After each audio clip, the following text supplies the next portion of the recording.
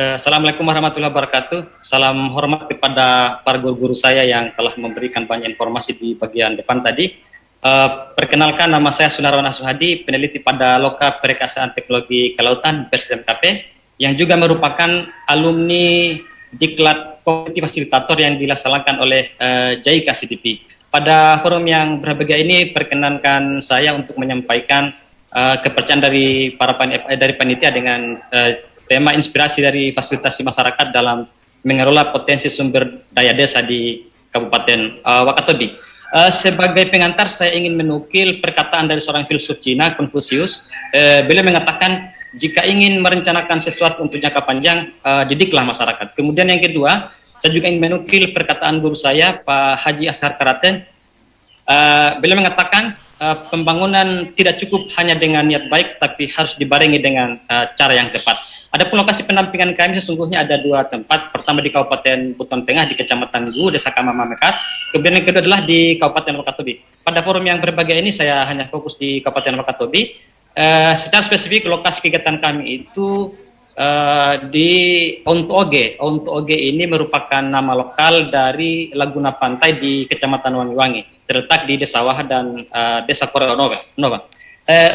Lokasi ini adalah lokasi yang berdekatan dengan pemukiman masyarakat. Kemudian juga di lokasi ini yang luasnya 8,84 hektar ini adalah merupakan lokasi pengeboman ikan pada periode tahun 80-an dan 90-an.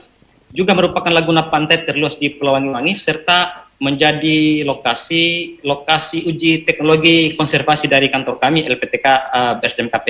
Uniknya lagi di tempat ini merupakan area yang diapit oleh dua warisan dari Kormeb 2 tahun 2004-2009 dengan konsep DPL-nya, yakni daerah perlindungan laut, baik DPL Waha maupun DPL Koreo Nova. Nah, tentang lokasi ini ada beberapa isu yang menarik dan mengemuka. Yang pertama saya menyebutnya sebagai efek Kormeb, di mana ada pemahaman masyarakat bahwa saat ini karang itu harus dilindungi. Ini merupakan warisan Kormeb yang kita rasakan. Juga kemudian yang kedua efek pariwisata, bahwa supaya tempat kita didatangi oleh orang atau orang nyaman di dalam daerah kita, maka harus bebas sampah. Kemudian yang ketiga yang secara spesifik terkait dengan lokasi ini adalah efek ikan kue, di mana ada pelarangan penggunaan jaring untuk penangkapan ikan kue di lokasi ini. Jadi kalau misalnya ada yang menggunakan jaring menangkap ikan kue ini, maka sejumlah warga bahkan dilegitimasi oleh pemerintah desa akan melarang,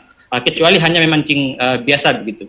Nah, sementara itu di level makro, kita tahu bahwa ada KPNKP nomor 46 garing KPNKP 2014 tentang penetapan status perlindungan terbatas bambu laut. Kemudian juga KPN nomor 8 tahun 2020 tentang peningkatan status perlindungan bambu laut, perlindungan penuh bambu laut. Dan ini menjadi entry point bagi kantor kami dan juga secara pribadi begitu ya, di mana kantor kami Loka Perkasaan Teknologi Kelautan BSDMKP menginisiasi suatu teknologi yang kami menyebutnya dengan Wakatobi Si Bambu, yang merupakan akronim dari Wahana Perkasaan Teknologi Konservasi Biota Si Bambu. Nah, ini skemanya, saya tidak perlu menjelaskan secara teknis, tapi sederhananya bahwa skema teknologi ini dengan menggunakan sub serat utama di laut dan mini sub yang kemudian dicolok begitu supaya memiliki ketahanan tertentu. Nah, ini hasil monitoring dari kegiatan kami bambu laut di lokasi Onto Oge tadi. Kemudian ini inisiasi kolaborasi yang kami lakukan ada dari Karang Taruna. Jadi quote-nya ini Karang Taruna menanam karang.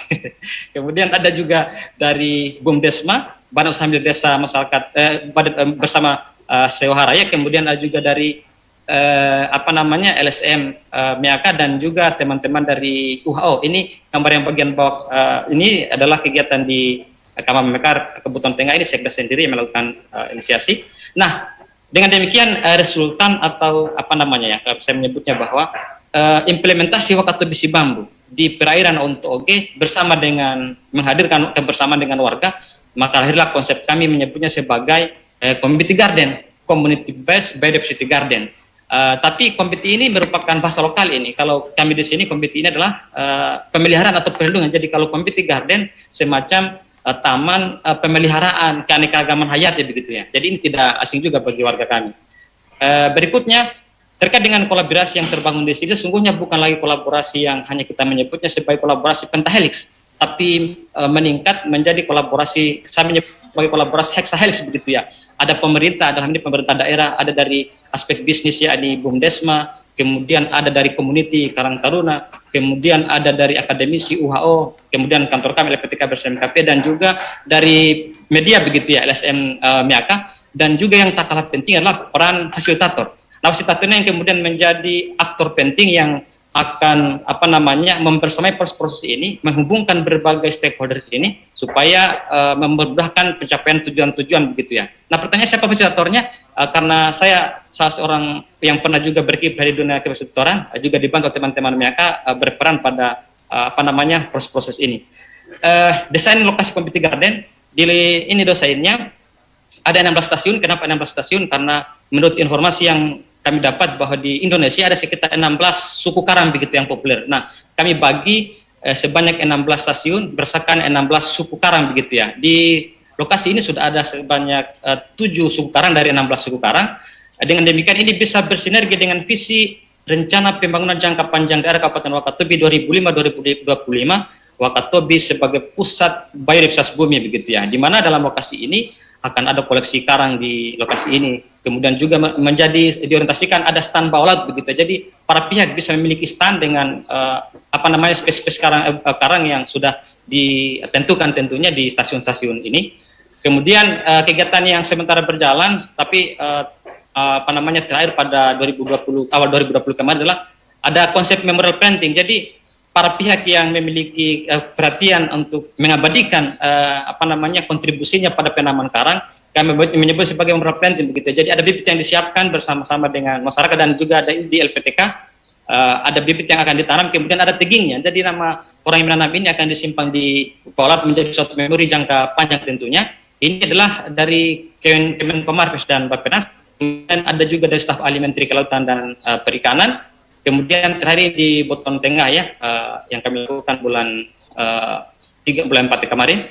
Nah, dengan demikian Wakatobi Sibambu tambah community garden intinya adalah mendekatkan jarak aspek sosial dengan aspek ekonomi, termasuk juga aspek lingkungan begitu ya. Kenapa demikian? Karena dengan konsep ini dan praktek-praktek ini akan memperbaiki ekosistem karang, kemudian menghasilkan desa wisata bahari, menambah lokasi objek destinasi baru, dan menumbuhkan sektor-sektor ekonomi. Demikian, Assalamualaikum warahmatullahi wabarakatuh.